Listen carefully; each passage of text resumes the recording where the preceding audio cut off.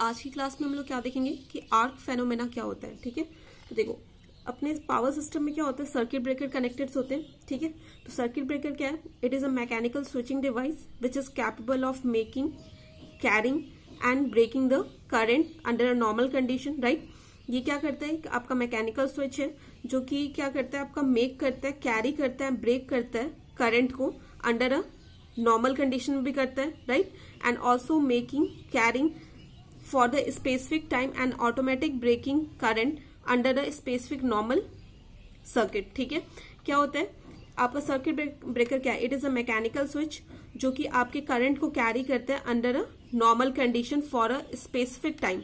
Right, क्या करता है, मेक करता है, कैरी करता है फॉर अ स्पेसिफाइड टाइम।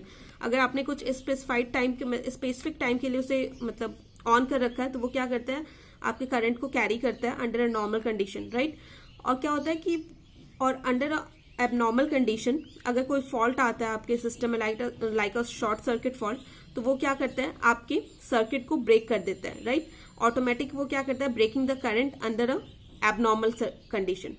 ठीक है, सर्किट ब्रेकर का ये आपका काम हो गया। और इसमें क्या होता है कि इसमें दो कॉन्टैक्ट्स होते हैं इसके, तो इसमें क्या होता है कि इंसुलेटिंग मटेरियल हम मीडियम यूज करते हैं इसमें। तो इंसुलेटिंग मीडियम आपका क्या हो सकता है, ऑयल सर्किट ब्रेकर्स हो सकते हैं, आपके ऑयल्स हो सकते हैं। राइट, ये सब चीजें होती है, जैसे हम ऑयल सर्किट ब्रेकर पढ़ेंगे, आपका एयर ब्रेक सर्किट ब्रेकर पढ़ेंगे, एयर ब्लास्ट सर्किट ब्रेकर पढ़ेंगे। ठीक है, तो ये सब चीजें होती है। तो आपका क्या होता है, मान लो कि आपका ये पावर सिस्टम है। ठीक है, तो उससे पहले आप क्या करते हो, एक सर्किट ब्रेकर कनेक्ट कर देते हो। ठीक है, तो क्या होता है कि अगर मान लो कोई भी फॉल्ट आता है तो आपका सर्किट ब्रेकर क्या करेगा, आपके जो हेल्दी पार्ट को उससे सेपरेट कर देगा, आपके फॉल्टी पार्ट को आपके हेल्दियर पार्ट से क्या कर देगा, सेपरेट कर देगा। दोनों के बीच में जो कॉन्टैक्ट होगा वो क्या कर देगा, उसे ब्रेक कर देगा। ठीक है, समझ गए। तो देखो ये क्या करता है, फंक्शन ऑफ सर्किट ब्रेकर क्या हो जाएगा, function of circuit breaker is to isolate the faulty part of power system in case of abnormal condition such as fault. ठीक है, समझ गए। तो इसमें क्या होता है कि आपका प्रोटेक्टिव रिले जो होता है, जैसे मैंने पहले भी इसका जो स्विच केयर प्रोटेक्शन का जो फर्स्ट चैप्टर उसमें पहले मैंने आपको बताया था कि जो प्रोटेक्टिव रिले होता है वो क्या करता है, प्रोटेक्टिव रिले आपका क्या करेगा, protective relay detects the abnormal condition and sends a tripping signal to a circuit breaker. वो क्या करता है कि आपके एबनॉर्मल कंडीशन को सेंस करता है और किसी मतलब आपके सर्किट ब्रेकर को क्या करता है, ट्रिपिंग सिग्नल प्रोवाइड करता है।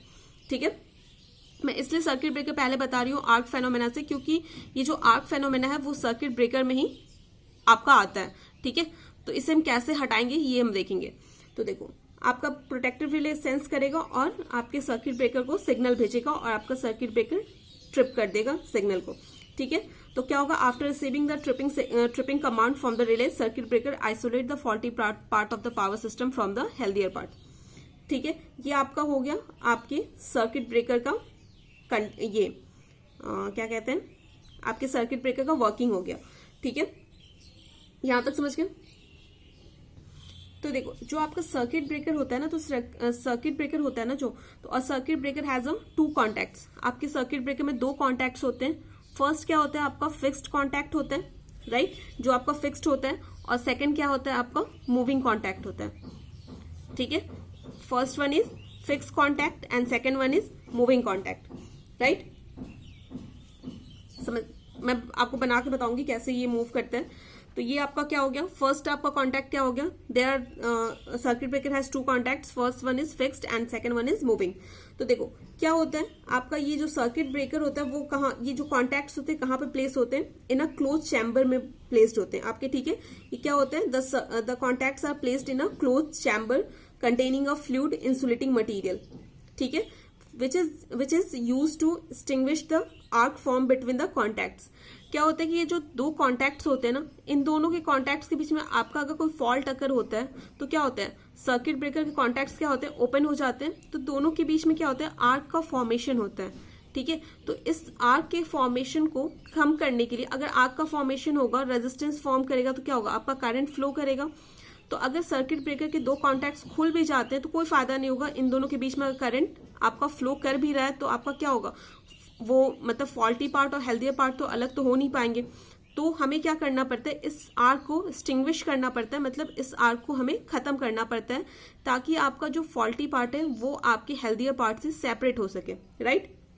यहां तक समझ में आ गया। तो इसके लिए हम क्या करेंगे, the contacts are placed in a close chamber containing the fluid insulating material which extinguishes the arc form between the contacts. ये क्या करता है, हम एक इंसुलेटिंग मटेरियल के अंदर इसे, इंसुलेटिंग जो फ्लूइड मटेरियल हम यूज करते हैं, जो हम आगे चल के मतलब इसमें जो ऑयल वगैरह जो यूज करते हैं, डिफरेंट सर्किट ब्रेकर हम यूज करते हैं, आपका एयर सर्किट ब्रेकर यूज करते हैं, ऑयल सर्किट ब्रेकर यूज करते हैं, राइट। FS6 मतलब सल्फर हेक्सा फ्लोराइड भी यूज करते हैं हम लोग, ये सब वैक्यूम सर्किट ब्रेकर्स ये सब यूज जो करते हैं। तो इसमें क्या होता है कि जो आपके जो कॉन्टैक्ट्स होते हैं ना, वो फ्लूइड इंसुलेटिंग मटेरियल के आइदर वो क्या होता है, लिक्विड होते हैं या फिर गैस होते हैं, उनके भी उनमें रखा जाता है ताकि जो आपके कॉन्टैक्ट्स के बीच में जो आर्क फॉर्म हो वो आपका बंद हो सके और जो आपका फॉल्टी पार्ट है और जो हेल्दियर पार्ट है वो सेपरेट हो सके, ठीक है। तो देखो अंडर नॉर्मल कंडीशन क्या होता है, तो आपका कॉन्टैक्ट्स क्या होगा, आपके जो कॉन्टैक्ट्स होंगे, जो फिक्स कॉन्टैक्ट्स और जो मूविंग कॉन्टैक्ट होंगे वो क्या होंगे, under normal condition contacts remain in a closed position. ये क्या होंगे, मान लो कि आपके दो कॉन्टैक्ट्स हैं, ये मान लो कि फिक्स है और ये मान लो मूवेबल है, ठीक है। तो ये दोनों क्या होंगे, क्लोज्ड होंगे, ठीक है।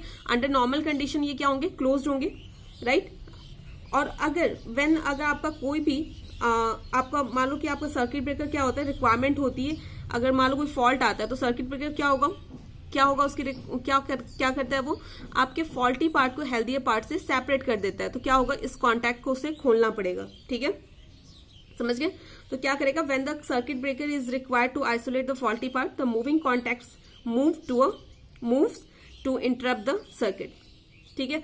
तो जैसे आप अब क्या होता है, ये जो आपका एक तो ये फिक्स्ड हो गया और ये पार्ट आपका क्या होगा, मूविंग पार्ट हो गया। तो जैसे ये सेपरेट होता है ना, तो इन दोनों के बीच में आर्क का फॉर्मेशन होता है, ठीक है। क्या होता है, आर्क फॉर्म होता है जिसके कारण क्या होता है, करंट कंटिन्यूअसली आपका फ्लो करते रहता है इन दोनों कॉन्टैक्ट्स के बीच में, ठीक है। तो जिसके कारण क्या होता है, आपका ये तो सेपरेट नहीं हो पाता क्योंकि हमें क्या करना था, आइसोलेट करना होता है। तो आइसोलेट तो हो नहीं पाता क्योंकि दोनों के बीच में क्या होता है, करंट कंटिन्यूअसली फ्लो करते रहता है, ठीक है। तो ये क्या होता है, ये दोनों के बीच में क्या होता है, आर्क फॉर्मेशन होता है, राइट। मान लो कि ये जैसे हमारा क्या है, ये हमारा फिक्स कॉन्टैक्ट है, this one is moving contact, ठीक है। मान लो कि यहाँ पे कोई फॉल्ट आया, राइट, ये फॉल्ट आ गया, this one is our moving contact, ठीक है, दिस वन इज फिक्स्ड। तो मान लो यहाँ पे फॉल्ट आया तो क्या करेगा, ये आपका जो फिक्स कॉन्टैक्ट और मूविंग कॉन्टैक्ट पहले क्या होंगे, दोनों साथ में रहते थे, दोनों साथ में मतलब कॉन्टैक्ट में रहते थे। लेकिन जैसे ही कोई फॉल्ट यहाँ पे अकर किया तो क्या करेगा, ये मूविंग पार्ट क्या करेगा, अपने को फिक्स पार्ट से अपार्ट करेगा, मतलब अपने आप को दूर ले जाएगा, फाड़ ले जाएगा, ताकि जो यहाँ पे फॉल्ट आया है इस तरफ ना जा सके, ठीक है। तो जैसे ही वो फिक्स कॉन्टैक्ट और मूविंग कॉन्टैक्ट एक दूसरे से दूर जाते हैं तो इन दोनों के बीच में क्या होता है, आर्क फॉर्मेशन होता है, ठीक है। ये आपका आर्क फॉर्म होता है, राइट, समझ गए।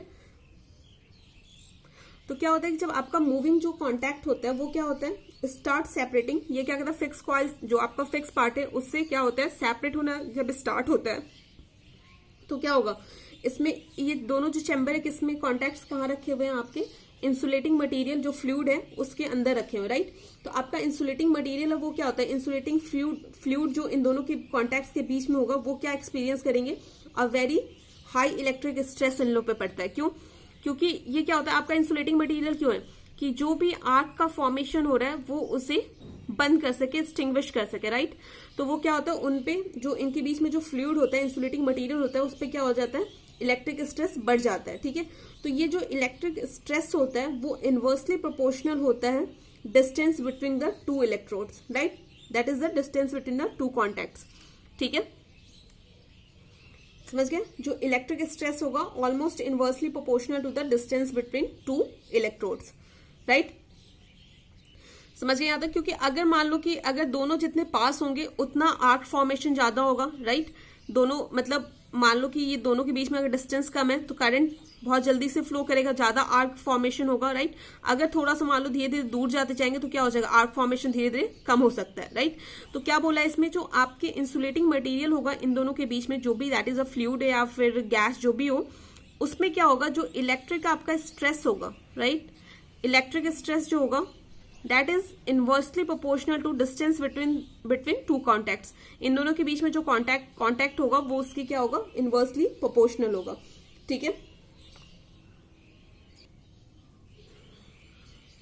यहां तक समझ में आ गया, राइट। अब देखो क्या होता है कि जब आपके मूविंग पार्ट और जो फिक्स पार्ट होता है वो जब आप क्या होता है सेपरेट होता है, ठीक है, तो उन दोनों के बीच में जो इंसुलेटिंग मटेरियल होता है वो क्या होता है आपका, काफी उस पर हाई इलेक्ट्रिकल स्ट्रेस पड़ता है, और बहुत ज्यादा जब पड़ेगा तो क्या होगा, ब्रेक डाउन हो सकता है उसका, राइट। आपका जो आपका इंसुलेटिंग मटेरियल है इन दोनों के बीच में वो क्या करता है, एज अ डाइलेक्ट्रिक मीडियम क्या करता है, वो डाइलेक्ट्रिक मीडियम एक्ट करता है, राइट, कि करंट, डाइलेक्ट्रिक मीडियम क्या हो, करंट यहां से इस साइड फ्लो ना हो सके, मतलब यहाँ इस पार्ट से इस पार्ट तक करंट ना जा सके, तो डाइलेक्ट्रिक मीडियम की तरह क्या करता है, वो वर्क करता है।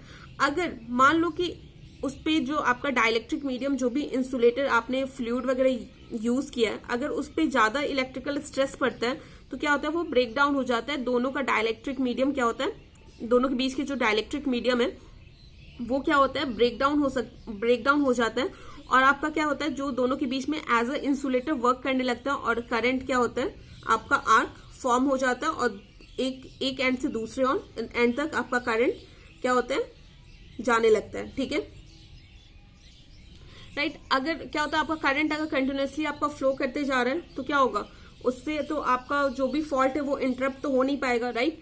तो जो आपका इंटरप्शन होगा जो भी, वो भी क्या होगा, not effective, that is not effective, right. आपका क्योंकि क्या हो रहा है, क्योंकि आपका जो भी फॉल्ट आ रहा है वो उसे खत्म नहीं कर पा रहा है, क्योंकि दोनों के बीच में कांटेक्ट आपका बना हुआ है। हमें क्या करना है, दोनों के बीच के कांटेक्ट को क्या करना है, खत्म करना है, ठीक है। तो क्या जो इंटरप्शन जो होगा आपके करंट का, वो कब आपका मतलब फाइनली खत्म होगा, जब आप इन दोनों के बीच में जो भी आर्क जो भी फॉर्मेशन है उसे एक्सटिंग्विश कर दे या बंद कर दे, तो ही आपका सर्किट ब्रेकर क्या होगा, ये मतलब आपके सिस्टम को प्रोटेक्ट कर पाएगा। तो ये तो नहीं, सर्किट ब्रेकर तभी वर्क नहीं करता जब आपका दोनों मान लो फिक्स कॉइल और मूविंग कॉइल अलग हो गया। दैट डजंट मीन कि आपका जो भी प्रोटेक्टिव सिस्टम है, वो जो भी आपका इक्विपमेंट है वो प्रोटेक्टिव है। वो तब तक आपका सर्किट ब्रेकर प्रोटेक्ट नहीं करेगा उस इक्विपमेंट को जब तक इन दोनों के बीच में जो भी आर्क फॉर्मेशन होगा वो उसे एक्सटिंग्विश ना कर सके, ठीक है। तो यहां तक हो गया। अब इसके दूसरे पार्ट में इसके आगे का हम देखेंगे कि उसका क्लियरिंग टाइम क्या होता है आपके सर्किट ब्रेकर का। जो आर्क एक्सटिंग्विश आर्क वगैरह आता है उसमें आर्क फॉर्मेशन होता है, आर्क को एक्सटिंग्विश हम कैसे करते हैं, और इससे इंपॉर्टेंट जो रिलेटेड टर्म्स है वो हमसे देखेंगे, ठीक है।